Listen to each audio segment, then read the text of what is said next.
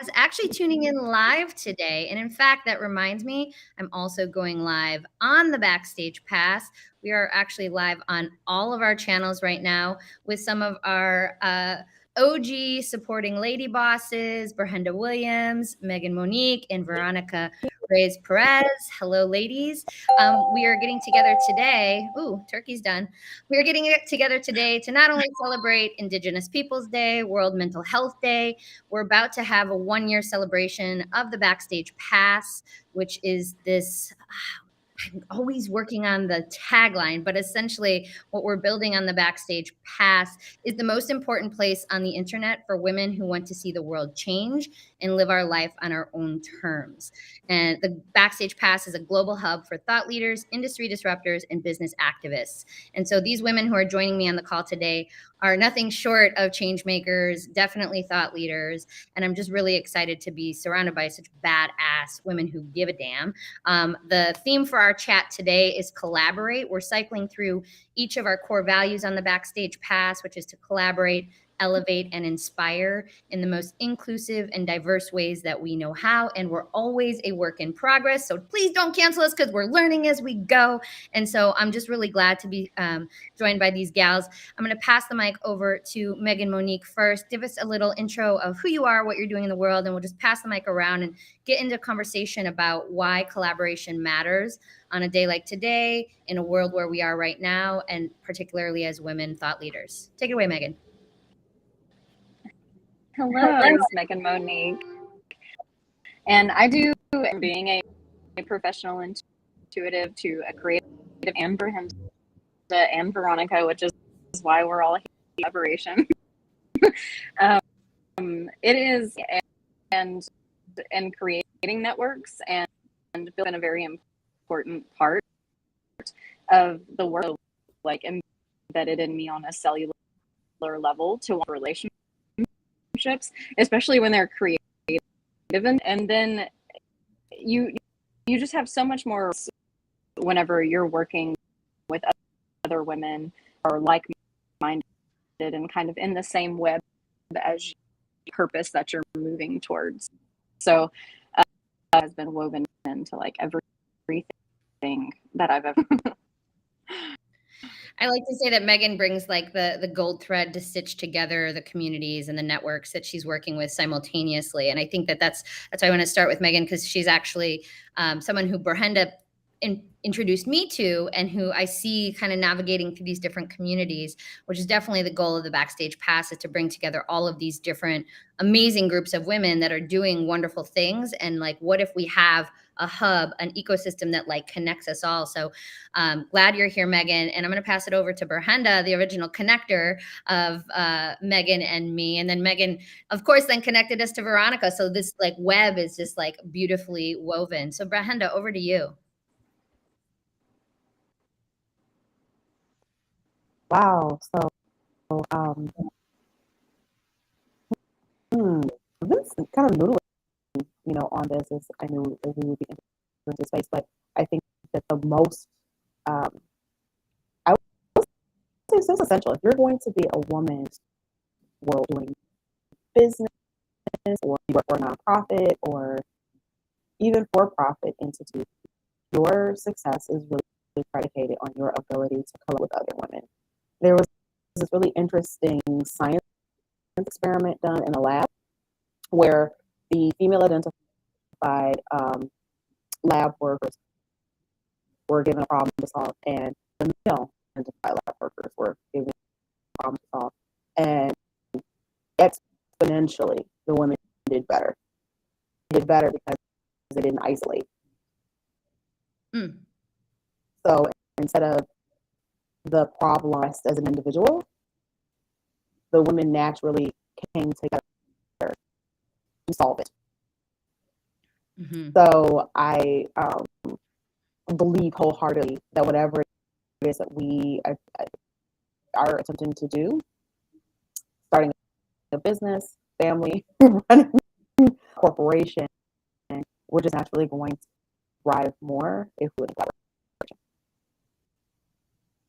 Yeah, what an interesting experiment, and I'd love to see that experiment the results of that over the course of time, like what that looks like with like 5 female lab rats or test subjects and 10 and 20 and 100, and then thinking about how we can even try that sample test on our own, like not that we're testing humans, right? But like how effective can my mission be with 5 additional lady bosses, with 10, with 100, like how we aim to solve problems. And that's what I'm really jazzed about the work Ber-Henda is doing with the Power of Girlhood, which I just think is a beautiful project. And the hope I think with that project, Ber-Henda, is you're creating more leaders with these young women, these young Black and brown women, and right in ways that collectively we can make more progress happen, especially if it's baked into our upbringing, into our cultures at an early age. So I think that's incredible, the work you're doing. And let's pass it over to Veronica and hear, Veronica, where in the world are you tuning in from? Tell us just a little bit about your background. Hey, so I am tuning in from Corsicana, Texas, on the college campus that I work at. One of the roles of mine is as an I've been an educator in several forms, and currently, but I'm also a musician, and I don't think it's like ... after that, because I am on this path, on this journey, seeing what more there is to me. And Megan has definitely been a part of that. Henda, whether you know it or not, you are part of that journey as well, and a part of the growth that is happening in me. So educator, musician, we'll see what else comes of me. Overall, I feel I am looking for all the ways that I can use my creativity in a ways with my values, with my purpose. So we'll see what that turns into. That's super exciting, Veronica. And I have to say, one of the things that I've noticed, we just started a junior board with college age lady bosses. And I did not curate this particular, I just was like college age lady bosses, right? And all of them are studying something that would be considered right brain as well as left brain. So we're seeing these like accountants who are studying poetry and these filmmakers who are studying engineering. And it's like, oh my God, like the future is so bright with these possibilities of not just collaborating subject matter, but like allowing for our brains, both sides, to like kind of, increase their capabilities, which I think, I haven't studied brain functionality yet, but my understanding is that we've been really good at like, as humans over the course of time, in sort of segmenting things, right? And like, what are the possibilities when we collaborate literally with our own brain, with our own neighbor, within our communities and concentric circles. And so maybe if you all will just pass the mic again, like let's talk a little bit about opportunities to collaborate that you have been maybe surprised by. Maybe you are already thinking on a Monday, yes, we collaborate, right? On a Tuesday, we collaborate. Like we're doing this all the time, but perhaps there's an experience that you've had recently that you found a little shocking as a collaboration, happily or maybe otherwise, but I'd love to hear from you. So whoever wants to pop in. First again. There have been certain opportunities over my life that surprised me that I've read. Like I'm gonna just highlight Veronica. So she's a musician.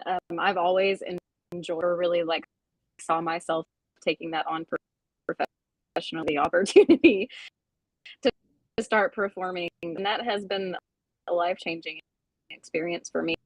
It's also given me an opportunity to step into like more, and it all bleeds over into others of my life. I also 8 or 9 years ago, I no longer have, and we were looking on 2 different opportunities. There were local people available for rent.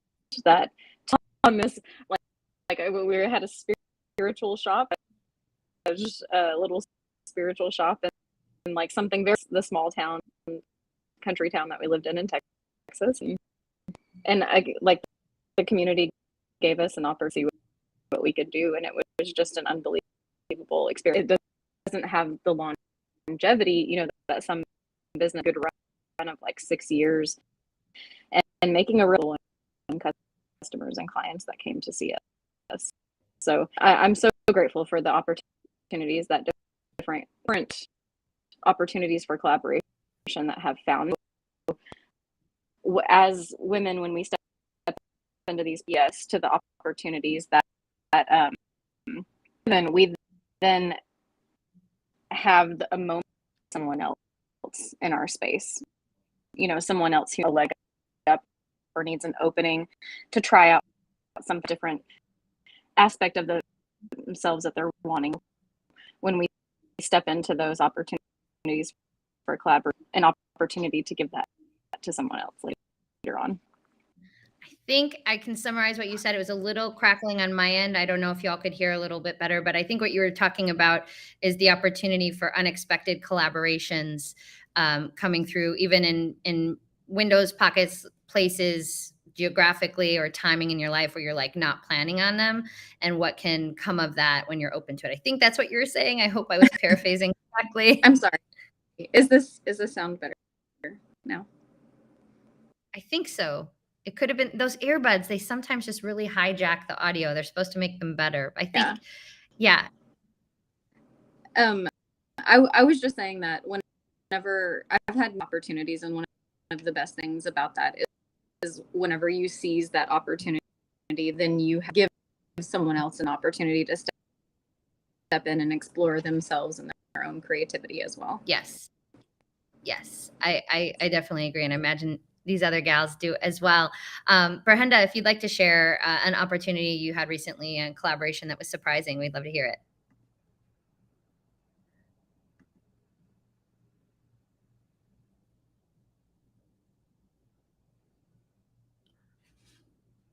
Can you all hear me okay? Yeah. Oh no, Ber-Henda, we lost your audio. Okay, we'll pass it over to Veronica and then we'll come back to you. Yes. So I feel like collaboration in itself all over my life. More recently, of course, as an educator, as a teacher, we are collaborating with. I think one thing that we don't realize is that there's also collaboration with our students. I used to work with kindergarten with college age students, so 18 and above, and field right now I am getting to have those conversations with my students. I want our class to run. I teach math, and one of the cool things about math is that there are to the answer. So I like showing my students there's this way, and let me show you this way. Which one did you like more? Okay, we're going with that one because I want to say and how they learn, and if this works for them, then we're going to go with that. Opportunities to work with students educationally, academically, so musically. For the longest, I taught myself how to play guitar, just me and Google. So it was kind of a lonely journey at the beginning, and on myself. But more recently, Megan and I, as well as of our fellow friends, are now performing in a, and that has been probably the funnest form of collaboration that I can. You can imagine musically what that might be like, and it can also be. I don't want to say unable is the right word, because collaboration also gives you the opportunity to get out of your comfort zone, press some buttons that haven't been pressed before, to have you question or try. We'll practice, and then we might end a song and think, can we this sounds, or how does that sound, or so there are always whether it's from my students, whether it's from my bandmates, and overall areas, growth comes out of it.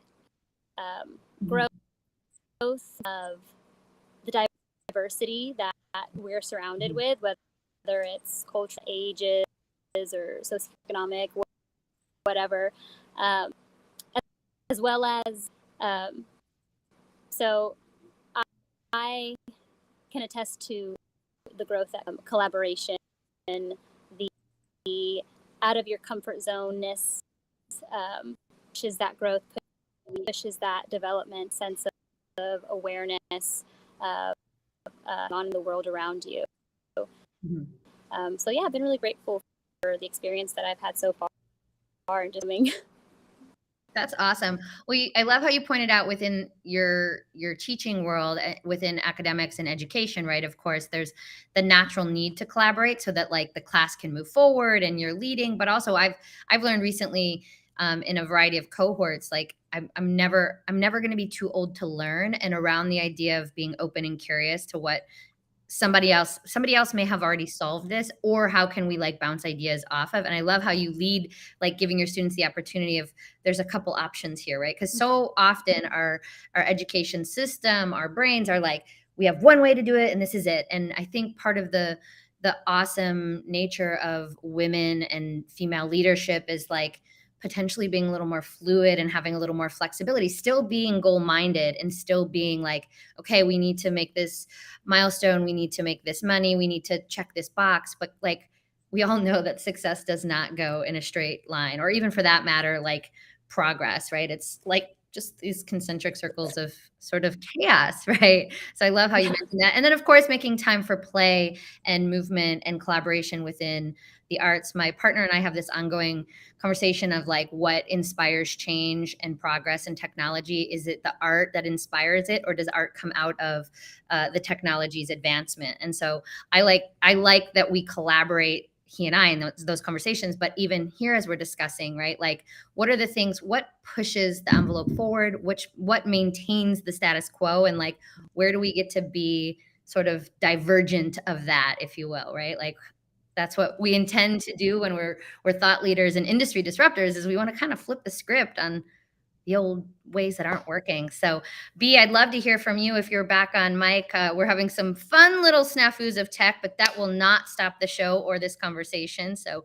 B, over to you. Yeah, no, I really love the entering of the evolution of education and how collaboration fits into the classroom, and I really hope that continues to perpetuate itself. And of course, as a neurodivergent person of color, yeah, we want to dismantle the ways in which that we do things. We have to think outside of the box. And so I think that particularly those that maybe have been labeled as strange, different, weird, unconventional, untamable, that's exactly what we need to foster a different reality. And we do need people to hold the space of possibility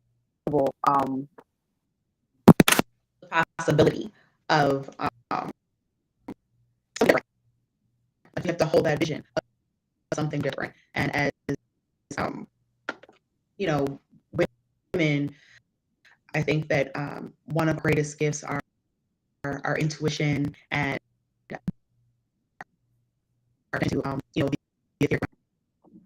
and the ability to then process it into in very accessible ways of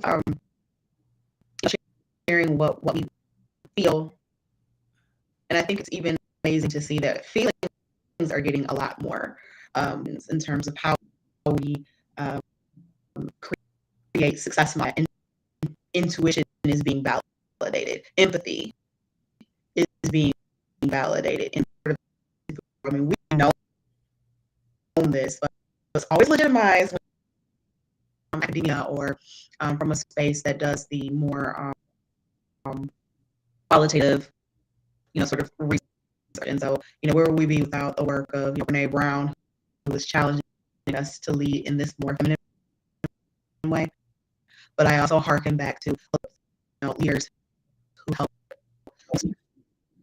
Right? I mean, where would we be without, Greta and Reese Taylor and Dolores Huerta? We hear about the men, but if it weren't for those women, those movements would have been dead in the water. Mm-hmm. Mm-hmm. Yes, what I hear you say again, we're having an awesome amount of tech trouble here, but I think the narrative and what you're saying, if I can extract it, is it's super important to honor the collaborations that have actually been made historically by women that often don't get the headliner as the guys, and oftentimes the white guys, right? But also that these pieces of collaboration that are inherent with us, they're not just suddenly inherent. Like they've been inherent this whole time, right? But like they're getting more street cred, they're getting more airtime. Feelings are now being more validated versus like, oh, you have to go deal with that on another day in another place, or don't bring that up here in the team meeting, right? Of course, there's still time and place for appropriate professionalism, but as we see, we're kind of bending and expanding and diverging from that, which is the status quo, to make room for more lived experiences, which is truly collaborative, right? Like that is the point. And so I love, as we wrap this up, these conversations we're going to have every day this week at 2 p.m. EST. They're 30 minutes. They're just down and dirty. This was a little dirtier because the audio was a little sticky, but in true collaborative form, we're coming through and, holding each other's vision and hearing from each other. And I'm being like the sports commentary repeating, but I'm really grateful for each and every one of you and the work that you do with young people, within your own communities, within your own homes, because it's really the concentric circles of collaboration that will lead progress forward. Even if it's, a millimeter by a day, I want it to be yards and feet and miles in a day. But it is because of women like you that we collectively will have a better lived experience for all humans. So hats off to you, Ber-Henda, to Megan, Veronica. I don't have my gold cap on today because I actually did my hair. But by Friday, I'll have that cap back on, I'm sure. And I'm looking forward to seeing all of you at the 1-year celebration of the Backstage Pass. That's October 19th. It's a Wednesday evening at 8 p.m. We'll be spotlighting more incredible women like Ber-Henda, Veronica, and Megan. We'll be dancing. We've got we got a good playlist, I have to say. We're still a startup, so we're like not splurging on the DJ this time, but maybe at 2 years we'll throw down for that DJ. For now, it'll be a little homemade house mix. We're giving away some prizes, and we're just talking about staying united in our collaborations. So thank you all so very much. Thank you for having me. All right, y'all, go out there and make it a great Monday. Thank you again for your time, and I'll see you on the backstage. Ciao for now. Bye. Thank you so much, Rose. Thanks, everybody.